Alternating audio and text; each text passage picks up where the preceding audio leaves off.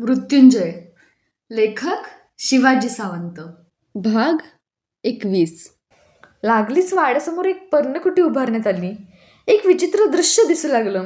एका वैभवशाली वाड्यासमोर एक वाळलेल्या गवताची पर्णकुटी उभी राहिली. वाड्यात येणारे सगळे अभ्यागत त्या पर्णकुटीकडे आश्चर्यानं पाहू लागले. जिथं सैनिकांची संचलनं होत होती तिथं दुर्वास ऋषींचं गंभीर मंत्रोच्चार घुमू लागले. भल्या पहाटे उठून दुर्वास ऋषी अश्वनदीत स्नान करून येत आणि मंत्र साधनेसाठी पूर्वेकडे तोंड करून बसत. समोरच्या यज्ञकुंडात निरनिराळ्या समिधा टाकत. त्यांच्या धुरानं राजवाड्यातील लोकांच्या डोळ्यात पाणी उभं राहू लागलं. दुर्वास ऋषी किती विक्षिप्त आणि हेकेखोर होतं त्यांचं वागणं. ज्यानं जग निर्माण झालं आहे त्या दिव्य शक्तीवर ते विजय मिळवणार होते. पंचमहाभूतांना ते दास करणार होते. मनाच्या कुठल्या अवस्थेत ते होते हे कुणालाही सांगता आलं नसतं. क्षणात एखाद्या लहान बालकासारखं ते मला दूध हवं म्हणून हट्टाला पेटत, तर कधी कधी 2-2 दिवस ते काहीच खात नसत. क्षणात ते एखाद्या दुर्मिळ अशा झाडाच्या समिधा मागत, तर कधी असलेल्या फेकून देत. कधी कधी ते एकसारखे अंगावर खेकसत, तर कधी कधी 2-2 दिवस एक शब्द सुद्धा बोलत नसत. अशा या दुर्वास ऋषींची सेवा करण्याचं काम बाबांनी माझ्यावर टाकलं होतं.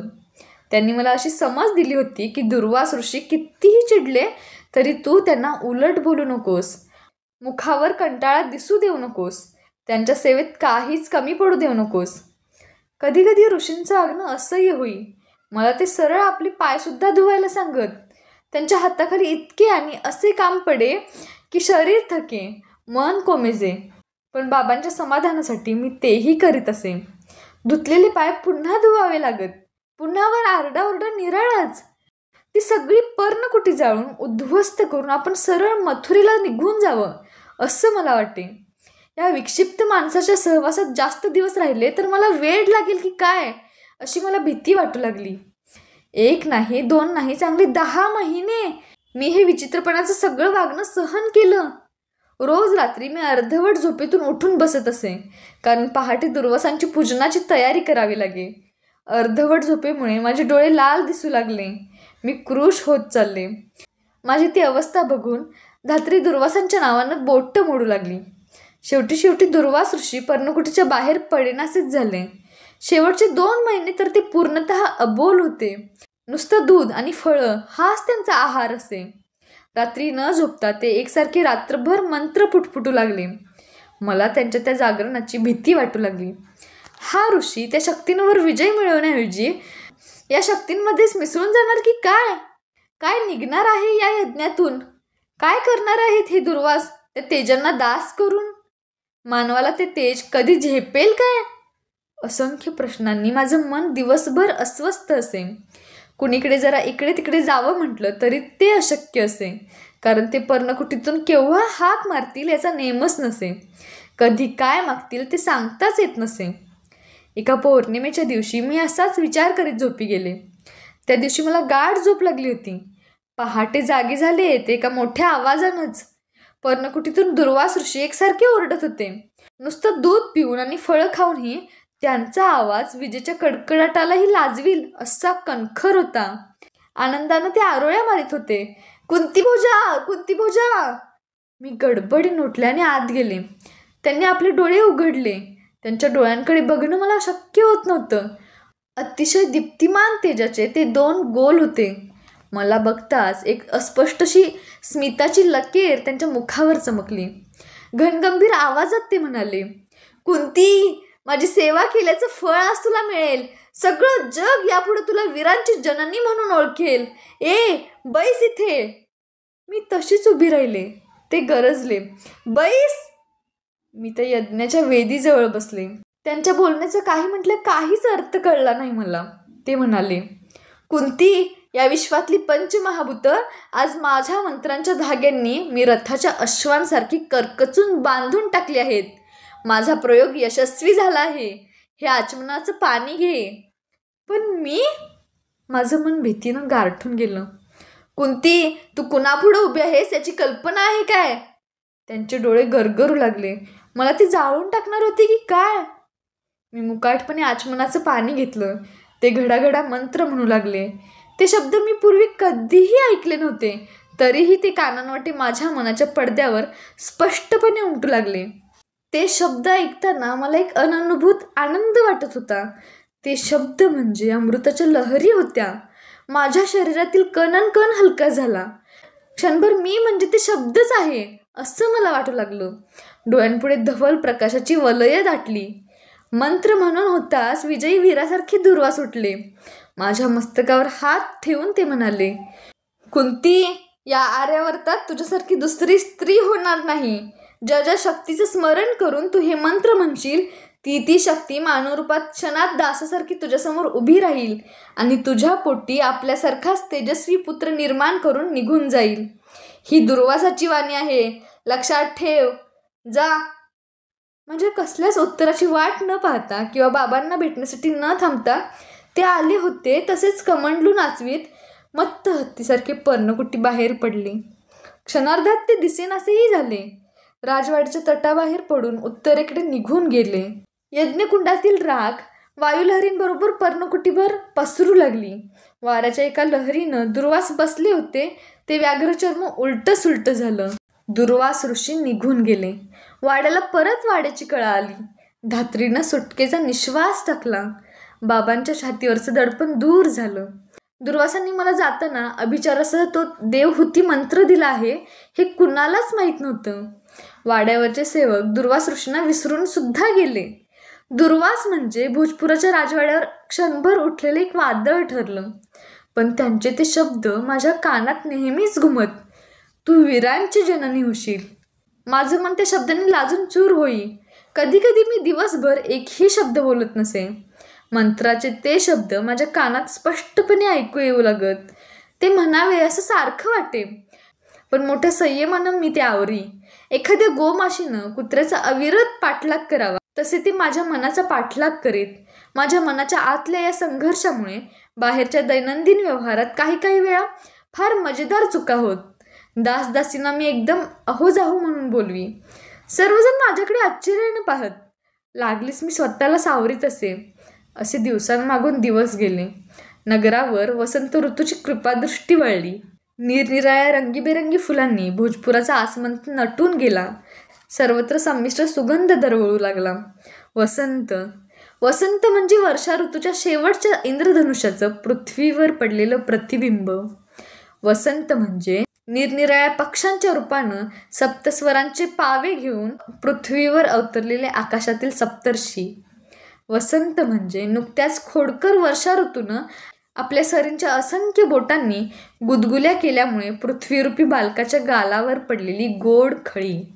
तारुण्यात पदार्पण करणाऱ्या मनाला अशा वसंताचं नेहमीच आकर्षण असतं. मी नेहमी वाड्याच्या सौदावर उभी राहून विविध फुलांनी डवरलेलं आजूबाजूचं निसर्ग सौंदर्य पाहत असे. अशीच एकदा पहाटे मी सौदावर उभी होते. तो दिवस रविवारचा होता. मंद मंद वायुलहरी अश्वनदीचं झुळझुळ संगीत मला ऐकवीत होत्या. सगळं नगर हळूहळू जागं होत होतं. गायींच्या गळ्यांतले घंटानाद ऐकू येत होते. पक्ष्यांचा किलबिलाट चालला होता. इतक्यात पूर्व दिशा उजळू लागली. सूर्यदेव पूर्व क्षितिजावर हळूहळू वर येऊ लागले. त्यांच्या स्पर्शानं प्रत्येक वस्तूत चैतन्य भरलं जाऊ लागलं. माझ्या अंगातून एक गोड शिरशिरी चमकून गेली. आस्ते आस्ते ते तेज पूर्णाकार घेऊन पूर्वेकडे उभं राहिलं. किती तेजस्वी दिसत होते ते. त्या तेजाचे असंख्य कण पृथ्वीचा कण उजीत होते. माझ्या मनात एक विचित्र विचार आला. आपणही या धरतीसारखे विशाल असतो तर या तेजाच्या सर्व कणांनी आपल्या सर्वांगालाही स्पर्श केला असता. उकळणारं पाणी वर खाली गोल फिरतं तसं मंत्राचे शब्द माझ्या कानात गोल फिरू लागले. माझं सगळं शरीर त्या मंत्रांच्या शब्दांनी मंत्रमय झालं आहे असं वाटू लागलं. कुतूहलाचं वासरू संयमाच्या कंठबंदाला हिसकी देऊ लागलं. या मंत्रापासून काय होणार आहे? त्या सूर्यदेवांचं मी आता चिंतन केलं तर ते इथं येतील काय? कसं शक्य आहे ते? बघूया तरी या मंत्रात काय सामर्थ्य आहे ते. दुर्वास ऋषी साधना म्हणत तिचं सामर्थ्य तरी पाहूया. मी डोळे मिटले. क्षणभर त्या तेजस्वी शक्तीचं स्मरण केलं. हात जोडून मी भराभर मंत्रोच्चार करू लागले. ओम हिरण्येन पात्रेण. त्या एका शब्दाबरोबर माझं शरीर हलकं होत होतं. मनाची जाणीव नाहीशी होत चालली. मंत्राचे शब्द एकापेक्षा एक असे वरचढ आवाजात माझ्याकडून म्हटले जाऊ लागले. शरीराची जाणीव नष्ट होऊ लागली. मन तेही उरलं नाही. सगळ्या वस्तू दिसेनाशा झाल्या. मी कुंती आहे, मी सौदावर उभी आहे, मी मंत्र म्हणते आहे, हे सगळे जाणीवेचे सघन बंध खडाखड निखळून पडले. मी म्हणजे केवळ एक तेजस्वी ज्योत झाले. त्या ज्योतीला इतर काहीही दिसत नव्हतं.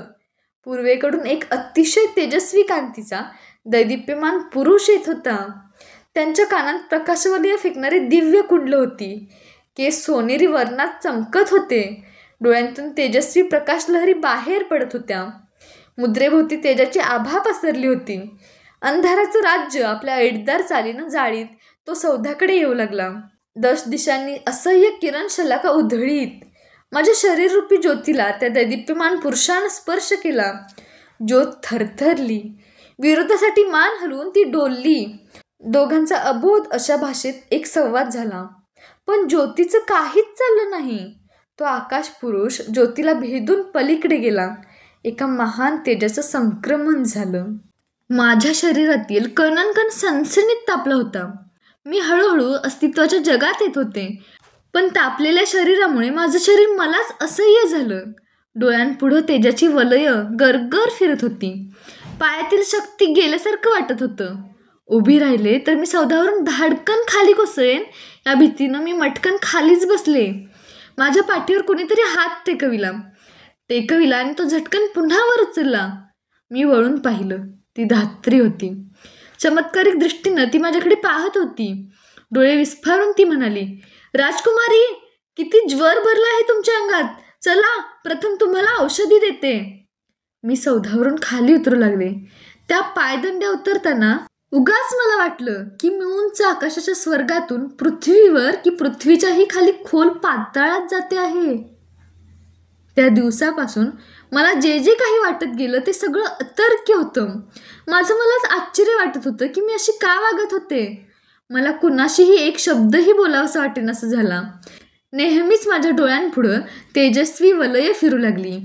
एकसारखी मी त्या दुर्वास ऋषींच्या पर्णकुटीत जाऊन उगाच बसू लागले. वाड्यातील दासदासींना माझ्या वागण्याचं कोडे पडलं. ती सगळी माझ्यासमोर येऊन अनेक प्रकारांनी माझं मन रमवण्याचा प्रयत्न करू लागली. पण माझं मन नेहमी आकाशात उंच भराऱ्या मारू लागलं. उगाच बाहेर प्रकाशात बसावं असं वाटू लागलं. नेहमीच मी सौदावर उभी राहून सूर्यदेवांकडे पाहू लागले. ते डोक्यावरून मागं येत त्यांच्या तप्त किरणांनी माझी पाठ खरपूस तापविल्याशिवाय मला तिथून उठवतच नसे. रोज 3-3 घटका हा कार्यक्रम सुरू झाला. रात्री मी माझ्या महालातून आकाशात आकाशात असंख्य तारका लुकलुकत असत. मला त्या तारकांची फुलं खुडावी असं वाटे. जे जे प्रकाशमान होतं त्या सर्वांची मला अनावर ओढ लागली. माझं अंग सोनेरी दिसू लागलं. बरेच दिवस मनाच्या या विचित्र अवस्थेत गेले. माझ्या सर्वांगात आमूलाग्र बदल पडत होता. एकदा मी अशीच कक्षातून फिरत होते.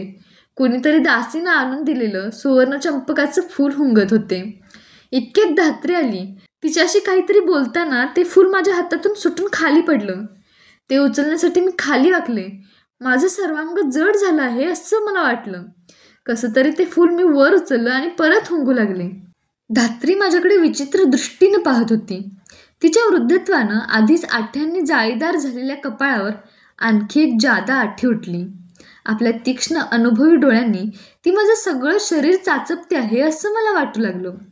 आपल्या भुवयांचं जीर्ण कातडं उंचावत ती म्हणाली, राजकुमारी, माझं वय मला धोका देणार नाही. मी एक प्रश्न विचारू का? धात्री, आजपर्यंत प्रश्नासाठी तू माझ्याकडे कधी अनुज्ञा मागितली आहेस का? मी तिला उलट विचारलं.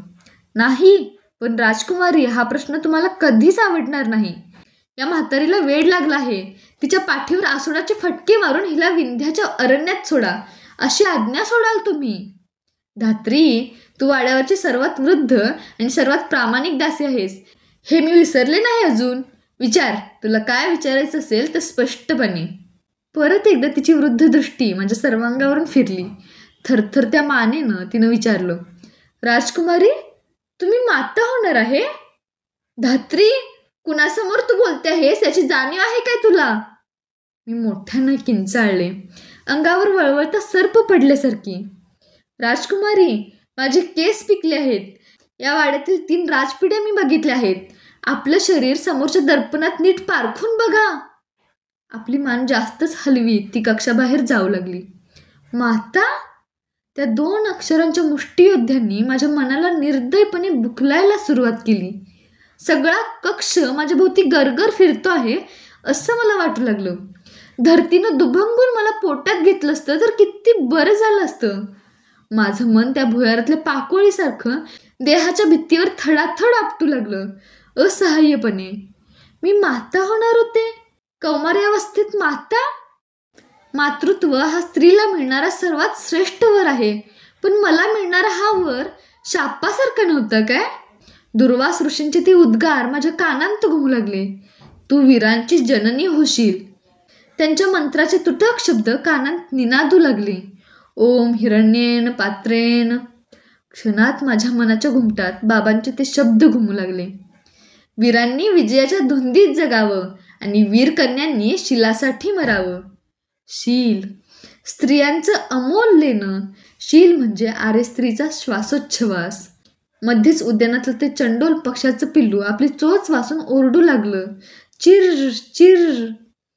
क्षणात मथुरेतून आणून मला इथं सोडून जाताना तातांनी काढलेले उद्गारांचे पडसाद शतगुणित होऊन माझ्या डोळ्यांपुढं फेर धरून नाचू लागले. तू एका क्षत्रिय राजाची मुलगी आहेस हे कधीच विसरू नकोस. क्षत्रिय कन्या, शील. शब्दांचा मुसळधार पाऊस पडू लागला. स्वरांची नाच सुरू झाली. शील, क्षत्रिय कन्या, शील. शब्दांचा मुसळधार पाऊस पडू लागला. स्वरांची नाच सुरू झाली. शील, क्षत्रिय कन्या. कानांवर हात ठेवून मी डोळे मिटून मोठ्यांदा ओरडले. धात्री थांब. ती परतली. माझ्यासमोर ती उभी राहताच मी तिला डोळे मिटूनच सांगितलं. धात्री, मी राजकुमारी कुंती तुला सांगते आहे. जगातलं सगळ्यात दाहक विष जे असेल ते संध्याकाळच्या आत माझ्या हातात पडलंच पाहिजे. माझ्यासाठी अन्य दुसरा कोणताही सुरक्षित मार्ग नव्हता. राजकुमारी. तिचा आवाज विणीच्या तुटल्या तारेसारखा थरथरला. जा, ही राजकुमारीची आज्ञा आहे, मी कठोरपणे सांगितलं. पण धात्री, दासींनी आज्ञा पाळायची असते, उपदेश करायचा नसतो. जा. खाली मान घालून ती कक्षाबाहेर निघून गेली. त्यानंतर धात्री माझ्या कक्षात कधी आलीच नाही. आपल्या राजकुमारीला विष आणून देण्याचं धैर्य तिच्या म्हाताऱ्या काळजात नव्हतंच. मी तिला अनेक निरोप पाठविले, पण तिनं कामाच्या नावावर ते उडवून लावले. काळ गेल्या प्रत्येक पळाला सहस्र जिभांनी चाटत खायला येतो आहे असं वाटत होतं. कक्षाबाहेर पडणं मी सोडून दिलं होतं. माझ्या मनात एकच एक विचार पक्का होत होता. मृत्यू. तडफडणाऱ्या जीवाच्या जाचण्या कायमच्या बंद करण्यासाठी मला मृत्यूशिवाय दुसरा मार्ग नव्हता. मृत्यू, मरणप्राय मानसिक वेदनांना मरण देणारा मृत्यू. प्रतिष्ठेच्या कंठबंधानं बांधलेल्या जीवाला अज्ञाताच्या अनंत प्रदेशात नेणारा मृत्यू. जगातली सगळी काळी दृश्य आपल्या काळ्या जिभांनी सहज पचविणारा मृत्यू. मनाच्या असल्या कोंदटलेल्या अवस्थेत मृत्यूशिवाय अन्य दुसरा कोणता आश्रय असणार? कारण राजकुमारी कुंतीला सगळे जण मान देत होते, तिचा प्रत्येक शब्द झेलत होते. पण उद्या माता झालेल्या कुंतीला त्यांनी काय म्हटलं असतं? कुलटा म्हणून ते तिच्या तोंडावर थुंकले असते. दगडांनी ठेचून त्यांनी तिची नगरातून धिंड काढली असती. लोक तरी किती विचित्र असतात. मातृत्वाची ते नेहमी महती गातात, पण याच मातृत्वावर ते कधी कधी पापाची राजमुद्रा ठोकतात. याच मातृत्वाला ते सामाजिक संकेतांच्या सहस्र शुलांनी छिन्न विछिन्न करतात. मी कुमारी होते आणि आता माता होणार होते. समाजानं त्या मातृत्वाचं कसं स्वागत केलं असतं?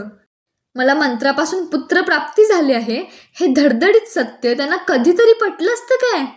प्रत्यक्ष दुर्वासांनी येऊन नगराच्या चौकात उभं राहून कंठरवानं सांगितलं असतं तरी ते कुणालाही पटलं नसतं. कशाला आले होते दुर्वास या नगरात?